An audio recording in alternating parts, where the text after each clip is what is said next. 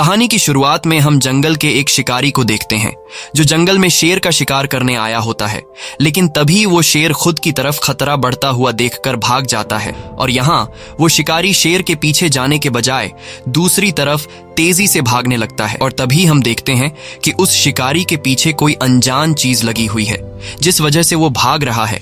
और यहाँ हमें पता चलता है कि वो शेर इस आदमी को देखकर नहीं भागा था, बल्कि उस शेर ने भी इस अनजान चीज को देख लिया था। अब वो आदमी खुद को बचाते हुए एक नदी में कूद जाता है, जिसके बाद वो आदमी पानी से बाहर निकलने की कोशिश करता है, लेकिन तभी कोई अनजान चीज उसे पानी में डुबोकर मार देती है। और यहाँ हमें पता चलता है कि इस जंगल में कुछ ऐसा है जो शेर से भी ज्यादा खतरनाक है। इसके बाद हमें एक मेडिकल कंपनी दिखाई जाती है जो दवाइयां बनाती है, लेकिन इस कंपनी का बॉस अपने एम्प्लॉय से खुश नहीं होता क्योंकि अब तक ये लोग एक नई दवाई नहीं बना पाए थे। यहाँ बॉस अपने एक एम्प्लॉय से कहता है कि तुमने तो वादा किया था कि तुम जल्द ही कैंसर के इलाज के लिए दवाई बना लोगे, लेकिन फिर क्या हुआ? तब वो एम्प्लॉय जिसका नाम जॉन है वो अपने बॉस से कहता है कि मैं कैंसर की बीमारी के लिए दवा तो नहीं बना सका, लेकिन हमारे हाथ एक ऐसी चीज लगी है जिससे कई सारी बीमारियां ठीक हो सकती हैं। तब बॉस पूछता है कि वो क्या चीज है, जिस पर जॉन अपने दोस्त जैक को इशारा करता है और जैक स्क्रीन पर एक फूल की तस्वीर दिखाता है। जैक कहता है कि इस फूल का नाम ब्लड ऑर्किड है। यह एक बहुत ही खास तरह का फूल है जो 7 साल बाद उगता है, वो भी सिर्फ 6 महीनों के लिए। और इस फूल के अंदर कुछ ऐसे केमिकल्स हैं जो इंसान के सेल्स की उम्र को बढ़ा सकते हैं। इस फूल से बनने वाली दवाई से इंसान में जो बीमारियां होती हैं वो खत्म हो जाती हैं। साथ ही इससे बनने वाली दवाई को इस्तेमाल करने के बाद वो इंसान जवान रहता है और वो इंसान लंबे समय तक जी सकता है। इसीलिए अगर हम लोगों ने इस फूल को हासिल कर लिया तो हमारी कंपनी को बहुत फायदा होगा और हम बहुत सारा पैसा कमा सकते हैं। लेकिन ये फूल सिर्फ बोर्नियो के जंगल में है और अब ये फूल सिर्फ अगले 2 हफ्तों तक खिला रहेगा, जिसके बाद ये फूल मुरझा जाएगा। इसलिए अगर हमने इसे जल्दी हासिल नहीं किया तो हमें 7 साल तक दोबारा इस फूल के उगने का इंतजार करना होगा। ये सुनकर कंपनी का जो बॉस होता है वो अपने एम्प्लॉय से कहता है कि तुम लोग जल्दी से बोर्नियो जाओ और इस फूल को किसी भी कीमत पर हासिल करो। जिसके बाद 6 लोगों की एक टीम इस फूल को लाने के लिए तैयार हो जाती है और यह लोग बोर्नियो पहुंच जाते हैं। लेकिन बोर्नियो के जंगल में जाने के लिए इन्हें नदी को पार करना होगा और इस समय तेज बारिश हो रही होती है, इसलिए कोई भी अपनी बोट को पानी में नहीं ले जाना चाहता क्योंकि आज मौसम बहुत खराब होता है। और तभी यहाँ विल नाम का एक बोट का मालिक इन लोगों को नदी पार कराने के लिए तैयार हो जाता है, लेकिन इसके लिए विल काफी मोटी रकम मांगता है। अब इन लोगों के पास ज्यादा टाइम नहीं था क्योंकि अब सिर्फ इनके पास उस फूल को हासिल करने के लिए 2 हफ्ते बचे थे। इसलिए यह लोग विल को मुंह मांगी रकम देने के लिए तैयार हो जाते हैं, जिसके बाद इन लोगों का सफर शुरू हो जाता है और ये सभी लोग बोट में बैठकर नदी से होते हुए जंगल में आगे की तरफ बढ़ने लगते हैं। कुछ दूर आगे जाने के बाद जैक एक मैप निकालकर विल को बताता है कि हम लोगों को फूल हासिल करने के लिए इस जगह पर जाना है। यह देखकर विल परेशान हो जाता है और कहता है कि जिस जगह तुम लोग जा रहे हो वो जगह बहुत ही खतरनाक है, साथ ही जिस रास्ते से अभी हम लोग जा रहे हैं इस रास्ते से होते हुए उस फूल वाली जगह तक पहुंचना बहुत ही ज्यादा रिस्की है। तब जैक पूछता है कि क्या तुम्हारे पास कोई दूसरा रास्ता है, जिस पर विल जवाब देता है हाँ, वो रास्ता बिल्कुल सेफ है और हम बिना किसी परेशानी के उस फूल वाली जगह तक पहुंच सकते हैं, लेकिन वो रास्ता थोड़ा लंबा है, इसलिए हमें उस फूल वाली जगह तक पहुंचने में कुछ दिन लग सकते हैं। ये सुनकर जैक दूसरे रास्ते पर जाने से इनकार कर देता है और कहता है कि हमारे पास ज्यादा टाइम नहीं है, इसलिए हम इसी रास्ते से जाएंगे। जिसके बाद ये लोग इस खतरनाक रास्ते से आगे बढ़ने लगते हैं। अब यहाँ टीम की एक लड़की जब अपने रूम में जाती है तो उसे अलमारी में से अजीब सी आवाज सुनाई देती है और जब वो अलमारी खोलती है तो अंदर से एक बंदर उस पर छलांग कर देता है। यह देखकर वह लड़की घबराकर चिल्लाने लगती है और वह बंदर सीधा जाकर विल के कंधे पर बैठ जाता है और यहाँ हमें पता चलता है कि यह बंदर विल ने पाला है और इस बंदर का नाम विल ने कॉन्ग रखा है। अब पूरा दिन सफर करने के बाद रात हो जाती है और ये लोग नदी में आगे बढ़ रहे होते हैं। तभी बंदर को ऊपर पेड़ पर एक आम दिखाई देता है, जिसे देखकर बंदर उसे खाने के लिए पकड़ लेता है, लेकिन इस दौरान बोट उससे आगे निकल जाती है और बंदर वहीं पेड़ पर रह जाता है। अब वो बंदर बोट तक पहुंचने के लिए जंगल के रास्ते से जाने लगता है, लेकिन तभी उसके पीछे कोई चीज पड़ जाती है, जिसे देखकर बंदर घबरा जाता है और खुद को बचाते हुए वो एक पेड़ पर चढ़ जाता है। वहीं अगली सुबह विल अपने बंदर को ढूंढ रहा होता है, लेकिन उसे बंदर कहीं पर भी नहीं मिलता। इसी दौरान टीम की एक लड़की सैटेलाइट फोन पर किसी से बात कर रही होती है, लेकिन सैटेलाइट फोन के सिग्नल ठीक से नहीं आ रहे होते, इसीलिए वो लड़की सिग्नल लाने के लिए बोट के किनारे पर आ जाती है और तभी जोर आने की वजह से बोट के किनारे का एक छोटा सा गेट खुल जाता है, जिससे वो लड़की नीचे पानी में गिर जाती है। अब यहाँ वो लड़की वापस बोट पर आने की कोशिश करती है और बाकी लोग भी एक स्टिक की मदद से इस लड़की को बोट पर खींचने लगते हैं, लेकिन तभी इस लड़की पर एक मगरमच्छ हमला कर देता है, जिसे देखकर विल बिना कुछ सोचे समझे पानी में कूद जाता है और मगरमच्छ से लड़की को बचाने की कोशिश करता है। अब यहाँ विल उस लड़की की जान तो बचा लेता है, लेकिन वह मगरमच्छ अब विल पर हमला कर देता है और विल खुद को बचाते हुए एक चाकू निकालकर उस मगरमच्छ पर कई वार करता है, जिससे वो मगरमच्छ मारा जाता है और विल वापस ऊपर बोट पर आ जाता है। जिसके बाद ये लोग फिर से आगे की तरफ बढ़ने लगते हैं और यहाँ हम देखते हैं कि उस मरे हुए मगरमच्छ को कोई पानी के अंदर खींच लेता है। अब ये लोग जब कुछ दूर आगे जाते हैं तभी ऊपर से वह बंदर इनके खाने के टेबल पर कूद जाता है। वो बहुत ज्यादा घबराया हुआ होता है, जैसे उसने कोई खतरनाक चीज देख ली हो। तब विल उसे अपने कंधे पर बिठाकर शांत करता है। अब आगे बढ़ते हुए रात हो जाती है और तभी जोरदार बारिश शुरू हो जाती है, जिसे देखकर विल जैक से कहता है कि बारिश बहुत ज्यादा तेज है और बारिश की वजह से नदी का पानी का बहाव भी बढ़ गया है। इसीलिए हमें कुछ देर तक बारिश के रुकने का इंतजार करना चाहिए। अगर हम आगे बढ़े तो हमारी जान भी जा सकती है। लेकिन जैक कहता है कि हमारे पास टाइम नहीं है और हम जिस फूल को हासिल करने जा रहे हैं उसके लिए सिर्फ 1 हफ्ता रह गया है। अगर इस 1 हफ्ते में हमने उस फूल को हासिल नहीं किया तो फिर हमें 7 साल तक उस फूल के दोबारा उगने का इंतजार करना पड़ेगा। इसलिए हमें जल्द ही उस जगह तक पहुंचना होगा। ये सुनकर विल जैक से कहता है कि ठीक है, मैं तुम्हें इस खराब मौसम में वहां तक पहुंचा दूंगा, लेकिन इसके लिए तुम्हें $50,000 एक्स्ट्रा मुझे देने होंगे। तब जैक इसके लिए मान जाता है। अब आगे बढ़ते हुए सुबह हो जाती है और यह लोग एक ऐसी जगह पर पहुंचते हैं जहां पर ढेर सारी लकड़ियां पानी के ऊपर तैर रही थीं। यह देखकर विल समझ जाता है कि आगे एक पानी का बहुत ही बड़ा झरना आने वाला है। इसीलिए विल बोट को घुमाने की कोशिश करता है, लेकिन तभी बोट का स्टीयरिंग जैम हो जाता है, जिस वजह से इनकी बोट लगातार सीधा आगे बढ़ना शुरू हो जाती है। यह देखकर विल घबरा जाता है क्योंकि आगे झरना आने वाला था। इसीलिए वो बोट पर मौजूद सभी लोगों को उठा देता है। अब यहाँ बाकी लोगों के साथ मिलकर विल बोट को रिवर्स करने की कोशिश करता है, लेकिन तभी बोट का इंजन ही बंद हो जाता है और अब यह लोग उस झरने के भी काफी करीब आ चुके थे। ये देखकर विल समझ जाता है कि अब हमें कोई भी नहीं बचा सकता। इसीलिए वो सभी लोगों से कहता है कि बोट में तुम लोगों का जितना भी जरूरी सामान है उसे उठा लो। और इसके बाद इनकी बोट एक बहुत बड़े झरने से नीचे गिर जाती है। लकीली झरने से नीचे पानी में गिरने के बाद किसी की जान तो नहीं जाती, लेकिन इनकी बोट पूरी तरह से तबाह हो जाती है और यह लोग तैरते हुए किनारे पर आ जाते हैं। अब यह लोग बहुत ज्यादा परेशान होते हैं क्योंकि यह लोग जंगल के बीचों बीच फंस चुके थे और अब इनके पास वापस जाने के लिए भी बोट नहीं थी। तब विल सभी को बताता है कि यहाँ से कुछ ही दूरी पर एक दूसरी नदी है, वहाँ पर मेरा एक दोस्त बोट चलाता है।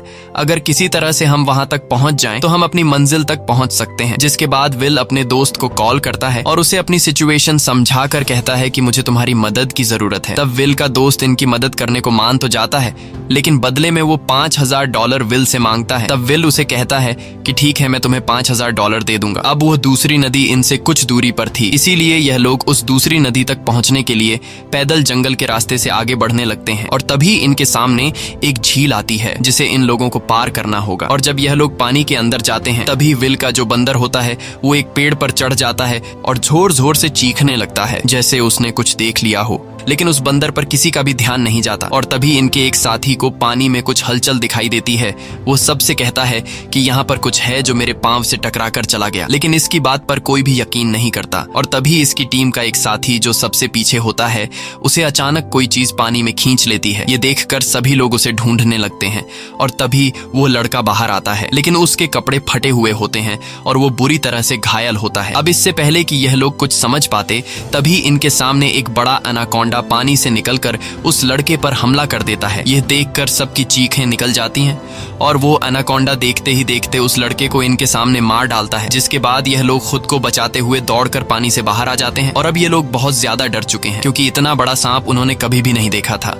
यहाँ विल सभी को बताता है कि यह एक एनाकोंडा है जो इंसानों को खाता है और अब हमें जल्दी से यहाँ से निकलना होगा। तब जॉन कहता है कि अगर वो एनाकोंडा फिर से हमारे पीछे लग गया तो हम क्या करेंगे। जिस पर विल कहता है कि एनाकोंडा को एक इंसान का जिस्म हजम करने में कई हफ्ते लगते हैं, इसलिए हमारे पास यहाँ से निकलने के लिए काफी टाइम है। तब टीम की एक साथी कहती है कि हमें जल्द ही उस बोट तक पहुंचना होगा और बोट तक पहुंचने के बाद हम लोग इस प्रोजेक्ट को यहीं पर छोड़कर वापस अपने घर चले जाएंगे। ये सुनकर जैक गुस्सा हो जाता है और कहता है कि हम लोग जब इतने दूर आ गए हैं तो हम इस मिशन को पूरा करके जाएंगे, क्योंकि जो फूल हम लोग हासिल करने वाले हैं उसकी कीमत करोड़ों में है। तब टीम के बाकी लोग कहते हैं कि इस तरह से हमारी जान जा सकती है। लेकिन जैक एक बहुत ही घटिया इंसान होता है और वो बिना फूल को हासिल किए घर वापस जाने से इनकार कर देता है। तब बोट का कैप्टन विल जैक से कहता है कि मैं तुम लोगों को अपने साथी के बोट तक पहुंचा दूंगा, जिसके बाद हमारा ये सफर यहीं पर खत्म हो जाएगा। ये सुनकर जैक विल से कहता है कि तुमने मुझसे सौदा किया था, जिस पर विल कहता है कि सौदा गया भाड़ में, मैं नहीं चाहता कि अब किसी और इंसान की भी जान जाए। अब यह सभी लोग डिसाइड करते हैं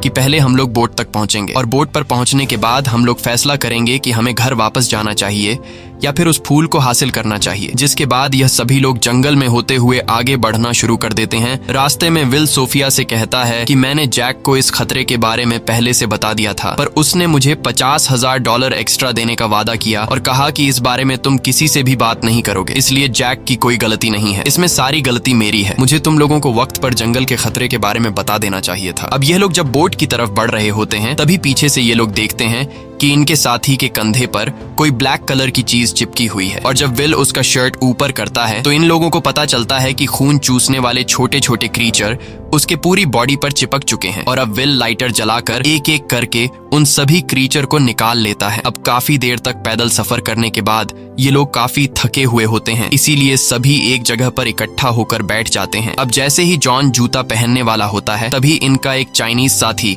इस जूते में कोई चीज देख लेता है और वो विल को जूता पहनने से रोक देता है। अब जब ये लोग उस जूते को देखते हैं तो उसके अंदर से एक स्पाइडर बाहर निकलता है और ये कोई आम स्पाइडर नहीं होता, बल्कि उस स्पाइडर का जहर इतना तेज होता है कि इसके एक डंक से इंसान पैरालाइज हो सकता है। और तभी जैक खुश होकर इस स्पाइडर को एक डब्बे में बंद कर देता है और कहता है कि तुमने शरीर को सुन्न करने वाली एक दवा ढूंढ ली जिसके हमें अच्छे खासे पैसे मिल सकते हैं। वहीं दूसरी तरफ विल के दोस्त को दिखाया जाता है जिसके पास बोट है और वो अब इन्हीं की तरफ बढ़ रहा होता है, लेकिन तभी उसके बोट से कोई चीज टकराता है, इसलिए वह पानी में यहाँ वहां देखने लगता है और तभी उसे पानी में एक बड़ा एनाकोंडा दिखाई देता है, जिसे देखकर विल का दोस्त बहुत ज्यादा डर जाता है और वो जल्दी से बोट घुमाकर वापस जाने लगता है। लेकिन तभी पीछे से एनाकोंडा आकर उसे मार डालता है। अब बोट में कोई न होने की वजह से बोट अनकंट्रोल होकर तेजी से आगे की तरफ बढ़ने लगती है और सामने की झाड़ियों से टकराकर ब्लास्ट हो जाती है, जिसे कुछ दूरी पर विल और बाकी टीम वाले भी देख लेते हैं। अब यह लोग दौड़ते हुए उस बोट तक पहुंचते हैं जहां ये लोग देखते हैं कि बोट पूरी तरह से तबाह हो चुका है। ये देखकर सभी लोग बहुत ज्यादा उदास हो जाते हैं क्योंकि यह बोट इनकी यहां से निकलने की आखिरी उम्मीद थी। अब यह लोग उस बोट में सामान ढूंढने लगते हैं और जितना भी बचा कुचा हुआ जरूरत का सामान होता है ये लोग उसे उठा लेते हैं, लेकिन जिस चीज की इन्हें तलाश थी वो चीज इन्हें नहीं मिलती। दरअसल इन्हें लगा कि इस बोट पर शायद इन्हें सैटेलाइट फोन मिल जाए ताकि ये लोग सैटेलाइट फोन की मदद से खुद के लिए मदद बुला सके, लेकिन इन्हें यहाँ पर कोई भी सैटेलाइट फोन नहीं मिलता। और अब ये लोग बहुत ज्यादा परेशान होते हैं क्योंकि इनके पास यहाँ से निकलने का कोई भी रास्ता नहीं था और इन लोगों को कुछ समझ नहीं आ रहा था कि यहाँ से कैसे निकल जाए। तब इनका चाइनीज साथी कहता है कि यहाँ पर आदिवासी लोग रहते हैं जो हजारों सालों से यहीं इस जंगल में हैं, इसलिए अगर हम उन्हें ढूंढ लें तो हो सकता है कि वो हमारी कोई मदद करें। इस लड़के की बात सभी को ठीक लगती है, जिसके बाद ये सभी लोग आदिवासी कबीले को ढूंढने निकल पड़ते हैं और कुछ ही दूर जाने के बाद इन्हें विल के उस बोट वाले दोस्त की डेड बॉडी मिलती है जिसे कुछ देर पहले बोट में एनाकोंडा ने खा लिया था और अब उस एनाकोंडा ने उसे उगल दिया था। यह देखकर विल सभी को बताता है कि एनाकोंडा शिकार करने के बाद बहुत सुस्त हो जाता है और वो अपने शिकार को अपने पेट से तभी बाहर निकालता है जब उसे अपने चारों तरफ खतरा दिखता है, यानी कि इस जंगल में और भी एनाकोंडा मौजूद है। इसलिए हमें अंधेरा होने से पहले किसी भी तरह से आदिवासी कबीले तक पहुंचना होगा, नहीं तो रात के अंधेरे में यह एनाकोंडा एक एक करके हम सभी को मार देंगे। इसलिए यह लोग आगे का सफर फिर से शुरू कर देते हैं और कुछ ही देर बाद यह लोग आदिवासी कबीले के गांव में पहुंच जाते हैं, लेकिन यहाँ उन्हें कोई भी आदिवासी नहीं दिखाई देता है और पूरा का पूरा गांव वीरान पड़ा हुआ होता है। और कुछ दूर आगे जाने के बाद इन्हें मरा हुआ एक बहुत ही बड़ा एनाकोंडा दिखाई देता है जिसके पेट में एक इंसान की डेड बॉडी पड़ी हुई थी और यह देखकर उन्हें पता चलता है कि इस सांप को कबीले वालों ने मार दिया है क्योंकि इस सांप ने कबीले वालों पर हमला कर दिया होगा और अब कबीले वाले गांव को छोड़कर यहाँ से चले गए हैं, क्योंकि उन्हें पता था कि हमने एक सांप को मार दिया है और अब इस मरे हुए सांप के बाकी साथी भी हम पर हमला करने आएंगे। यही वजह है कि गांव वाले इस जगह को छोड़कर चले गए। अब गांव वालों की भी मदद न मिलने पर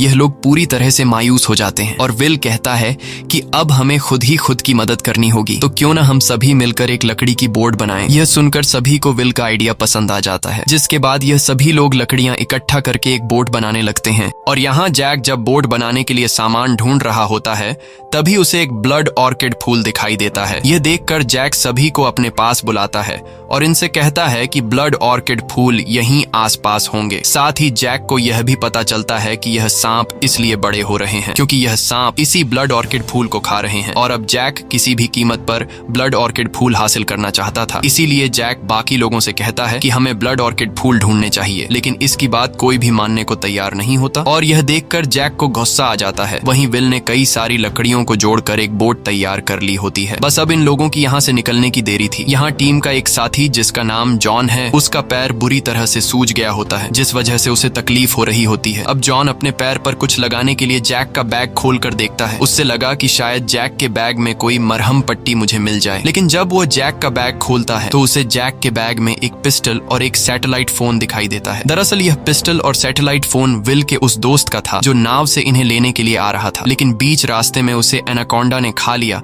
और उसका बोट झाड़ियों से टकराकर ब्लास्ट हो गया। और जब यह लोग ब्लास्ट हुए बोट में जरूरत का सामान ढूंढ रहे थे तभी जैक को यह पिस्टल और यह सैटेलाइट फोन मिला, लेकिन जैक ने सैटेलाइट फोन के बारे में किसी को भी नहीं बताया क्योंकि जैक यहाँ पर मदद नहीं बुलाना चाहता था और अगर मदद यहाँ पर आ जाती तो रेस्क्यू टीम इन्हें यहाँ से ले जाते और जिस ब्लड ऑर्किड फूल के लिए ये लोग यहाँ आए थे वो फूल इनसे यहीं पर रह जाते।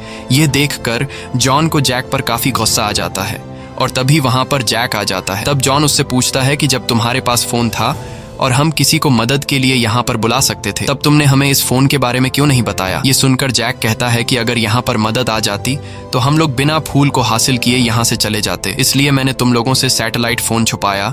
ये सुनकर जॉन को और भी गुस्सा आ जाता है और कहता है कि फूल से ज्यादा कीमती हमारी जान है। अब मैं यहाँ सभी लोगों को तुम्हारी इस हरकत के बारे में बताऊंगा। यह कहकर जॉन उसी सैटेलाइट फोन से पुलिस को कॉल करके यहाँ मदद के लिए बुलाने लगता है, लेकिन इससे पहले कि जॉन की पुलिस से बात हो पाती तब जैक डब्बे में बंद उस जहरीले स्पाइडर को जॉन के हाथ पर फेंक देता है और वह स्पाइडर जॉन को काट लेता है, जिसके काटने से जॉन बुरी तरह से तड़पने लगता है। और अब जैक उस स्पाइडर को वापस डब्बे में बंद करके वहां से जाने लगता है और सीधा पहुंचता है टीम वालों के पास, जहां टीम के सभी लोग यहां से जाने को तैयार होते हैं। लेकिन यह लोग देखते हैं कि जॉन अभी तक क्यों नहीं आया, इसलिए सोफिया जॉन को देखने जाती है और जब सोफिया जॉन के पास आती है तो वह देखती है कि जॉन कुछ भी नहीं बोल रहा और जॉन पूरी तरह से पैरालाइज हो गया है। साथ ही सोफिया को जॉन के हाथ पर स्पाइडर के काटने का निशान भी दिखाई देता है। ये देखकर सोफिया समझ जाती है कि यह सारा काम जैक का है, इसलिए वह सीधा जैक के पास आती है और उसे कहती है कि आखिरी बार जॉन के साथ तुम थे, इसलिए जॉन के साथ तुमने क्या किया है। वह कुछ भी बोल नहीं रहा। वहीं दूसरी तरफ हम देखते हैं कि जॉन के पास अब एक बड़ा एनाकोंडा आ चुका है और वह सांप जॉन पर हमला कर देता है, जिससे जॉन जोर से चिल्लाने लगता है और बाहर मौजूद लोग जॉन की आवाज सुन लेते हैं और समझ जाते हैं कि जॉन खतरे में है। इसीलिए सभी लोग दौड़कर जॉन के पास आते हैं और वहां पहुंचकर यह लोग देखते हैं कि जॉन को एनाकोंडा सांप ने जिंदा निगल लिया है। यह देखकर सभी लोग बहुत ज्यादा उदास हो जाते हैं और जब यह लोग वापस नदी के पास आते हैं तो देखते हैं कि इन्होंने जो बोट बनाई थी उसे जैक अकेले चुरा कर ले गया है। ये देखकर सभी लोग बहुत ज्यादा मायूस हो जाते हैं क्योंकि अब यह लोग फिर से यहाँ फंस चुके हैं और अब यहाँ एनाकोंडा भी आसपास घूम रहा था। लेकिन ये लोग हिम्मत नहीं हारते और ये लोग प्लान बनाते हैं कि हम लोग जैक से अपनी बोट वापस चुरा लेंगे, क्योंकि जैक अभी ब्लड ऑर्किड फूल वाली जगह पर जा रहा होगा और जब जैक नदी में बोट खड़ा करके फूलों को तोड़ने जाएगा तब हम चुपके से उससे बोट चुरा लेंगे। जिसके बाद यह लोग काले अंधेरे में जंगल के रास्ते से होते हुए आगे बढ़ने लगते हैं और तभी इनका चाइनीज साथी नदी के पानी में गिर जाता है, जहां एक बड़ा एनाकोंडा आकर उसे खा लेता है और अब वह सांप इनके पीछे लग जाता है। जिसके बाद यह लोग तेजी से भागते हुए एक बड़े से गुफा में घुस जाते हैं, जहां अंदर बहुत ज्यादा अंधेरा होता है और तभी उन्हें एक जगह पर रोशनी दिखाई देती है जहां से बाहर निकला जा सकता था। जिसके बाद यह लोग एक एक करके वहां से बाहर निकल आते हैं, लेकिन जैसे ही इनका आखिरी साथी उस सुरंग से बाहर निकल रहा होता है तब वह उस सुरंग में फंस जाता है अब जैसे ही सभी लोग मिलकर उसे बाहर निकालते हैं, तभी वह एनाकोंडा अपना सर बाहर निकालकर उसे खाने की कोशिश करता है। लेकिन यहाँ सोफिया एक तलवार से उस एनाकोंडा का सर काटकर उसे मार देती है और अपने साथी की जान को बचा लेती है। लेकिन तभी पीछे से एक दूसरा एनाकोंडा आता है और इनके उसी साथी को उठाकर ले जाता है जिससे अभी इन्होंने बचाया था।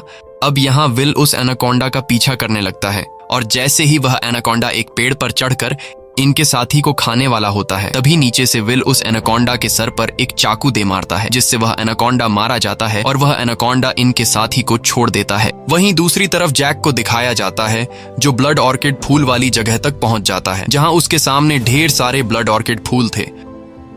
और इन फूलों को देखकर जैक काफी खुश हो जाता है, क्योंकि वो इन फूलों से मालामाल होने वाला था। वहीं बाकी टीम वाले जैक का पीछा करते हुए जैक तक पहुंच जाते हैं और ये सभी लोग छुपके से जैक पर नजर रख रहे होते हैं। और जैसे ही जैक फूल काटने के लिए जाता है, तब मौके का फायदा उठाते हुए यह लोग जल्दी से उस जगह पर जाते हैं जहां जैक ने बोट खड़ी की थी। पर इससे पहले कि यह सब लोग बोट लेकर वहां से निकलते, जैक इनकी आवाज सुन लेता है और तभी जैक यहां पहुंचकर सभी लोगों को गन पॉइंट पर ले लेता है। अब सभी के दिल में अपना खौफ पैदा करने के लिए जैक विल के कंधे पर शूट करता है, जिससे विल बुरी तरह से घायल हो जाता है और यह देखकर बाकी लोग काफी डर जाते हैं। अब जैक इन लोगों के डर का फायदा उठाते हुए सोफिया को एक बैग देता है और उस पर बंदूक तानकर उसे कहता है कि तुम्हें ब्लड ऑर्किड फूल लाने होंगे, अगर तुमने इनकार किया तो मैं तुम्हें मार दूंगा। अब न चाहते हुए सोफिया फूल लाने के लिए तैयार हो जाती है और वो बैग लेकर उन फूलों की तरफ आगे बढ़ने लगती है। लेकिन उन फूलों को हासिल करने के लिए सोफिया को एक गिरे हुए पेड़ के ऊपर से जाना पड़ता है और जब वह नीचे गड्ढे में देखती है तो नीचे दो मेल और फीमेल एनाकोंडा होते हैं जो मीटिंग कर रहे होते हैं। यह देखकर सोफिया बहुत ज्यादा घबरा जाती है और दिल पर पत्थर रखकर आगे बढ़ते हुए उन फूलों तक पहुंच जाती है, जिसके बाद वह जल्दी से फूलों को तोड़कर बैग में भरने लगती है। और जब वह बैग को फूलों से भरकर वापस आ रही होती है, तब वह जैक से कहती है कि तुम्हें बंदूक नीचे फेंकना होगा, नहीं तो मैं यह फूलों से भरा हुआ बैग नीचे गिरा दूंगी। ये सुनकर जैक गुस्सा हो जाता है और वह उसकी दोस्त की तरफ गोली चलाकर कहता है कि अगर तुमने ये बैग मेरी तरफ नहीं फेंका तो मैं तुम्हारी दोस्त को मार दूंगा। अब सोफिया को मजबूरी में वह बैग उसकी तरफ फेंकना पड़ता है और जैसे ही जैक उस बैग को उठाता है, तभी पीछे से विल उस पर हमला कर देता है, जिस वजह से जैक के हाथ से वो बैग छूटकर दूर जाकर गिरता है और उस बैग में जो स्पाइडर होता है